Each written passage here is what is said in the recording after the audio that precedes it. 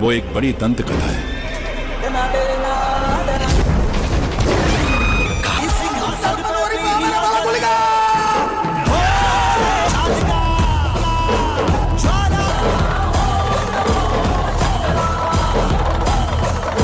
আসসালামু আলাইকুম।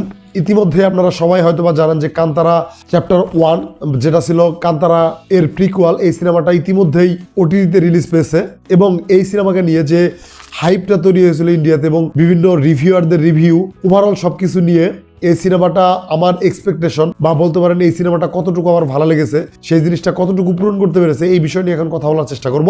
এই সিনেমাকে নিয়ে যদি আমি ছোট্ট করে বলতে চাই তাহলে আমি বলবো যে এটা একটা সুন্দরভাবে বানানো এবং খুবই ওয়েল মেড একটা সিনেমা, অলমোস্ট পারফেক্ট লেভেলের একটা সিনেমা। যদিও এটা পুরোপুরি পারফেক্ট সিনেমা না, এর মধ্যেও মোটামুটি দু একটা খুঁত আপনারা হয়তো বা খুঁজে পাবেন, কিন্তু এটা ওয়েল মেড একটা খুবই ভালো সিনেমা যেটা আপনার ওয়াচ টাইম ডিজার্ভ করে বলে আমার মনে হয়। কেননা এর আগে যে কান্তারা সিনেমাটা এসেছিল সেটা মোটামুটি বেশ ভালো একটা সিনেমা ছিল।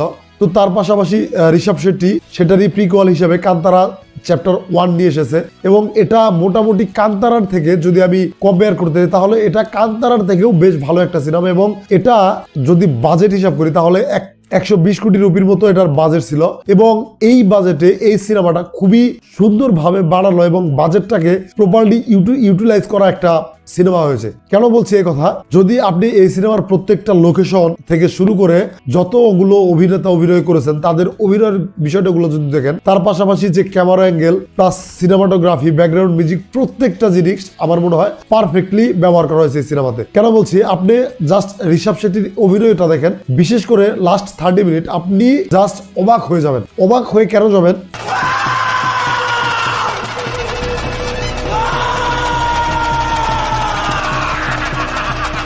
একটা মানুষ কোন লেভেলের ডেডিকেশন থাকলে সে এরকম অভিনয় করতে পারে, জাস্ট আপনি হা করে তাকিয়ে থাকবেন ঋষভ শেট্টির দিকে। বিশেষ করে লাস্ট 30 থেকে 40 মিনিট আপনি এই মানুষটার উপর থেকে চোখই সরাতে পারবেন না, আমি গ্যারান্টি দিচ্ছি। যদিও যারা মুসলমান আছেন বা অন্যান্য ধর্মাবলম্বী আছেন হিন্দু ছাড়া, তারা হয়তো বা এই স্টোরিটার সাথে ফুলফিল কানেক্ট না হতে পারলেও এই সিনেমার যে ভিজুয়ালস, এই সিনেমার যে ব্যাকগ্রাউন্ড মিউজিক, এই সিনেমার অভিনেতাদের যে অভিনয়, সেই প্রত্যেকটা জিনিসের সাথে আপনি ফুললি কানেক্ট করতে পারবেন নিজেকে। এখন যদি এই সিনেমার ভালো দিকগুলো বলি, এই সিনেমার সবচাইতে ভালো দিক হচ্ছে ঋষভ শেট্টির অভিনয়।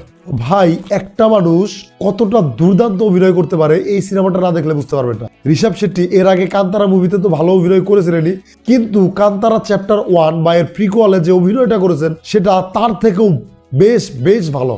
কেন বলছি, যখন ঋষভ শেট্টির ক্যারেক্টারটা ট্রান্সফর্ম হয়, জাস্ট ওই পোর্শনটুকু আপনি দেখবেন, অসাধারণ, এক কথায় বলতে গেলে অসাধারণ। তার পাশাপাশি এই সিনেমার শুরুর দিকে কিছু কমেডি অ্যাঙ্গেল রয়েছে, তার পাশাপাশি সেখানে একটা রথের দৃশ্য রাখা হয়েছে, ওই জিনিসটা আপনি জাস্ট খেয়াল করেন, সেই জিনিসটাও ওয়েল মেড একটা দৃশ্য।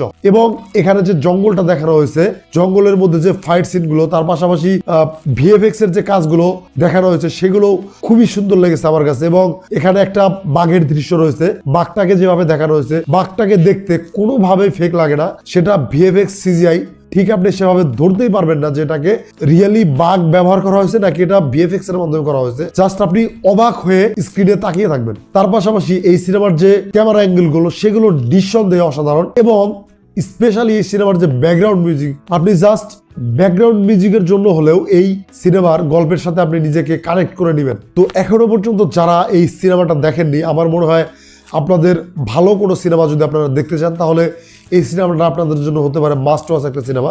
আমার পক্ষ থেকে এই সিনেমা বেশ ভালো একটা সিনেমা। আমি যদি রেটিংয়ের কথা বলি তাহলে বলবো 4 আউট অফ 5, স্পেশালি এই সিনেমার মেকিং প্লাস এই সিনেমার ভিজুয়ালস এবং ব্যাকগ্রাউন্ড মিউজিকের জন্য এবং যারা অভিনয় করছেন সে সকল অভিনেতা অভিনেত্রীদের জন্য। যাই হোক, আজকের মতো এ পর্যন্তই। সবাইকে ধন্যবাদ। আসসালামু আলাইকুম।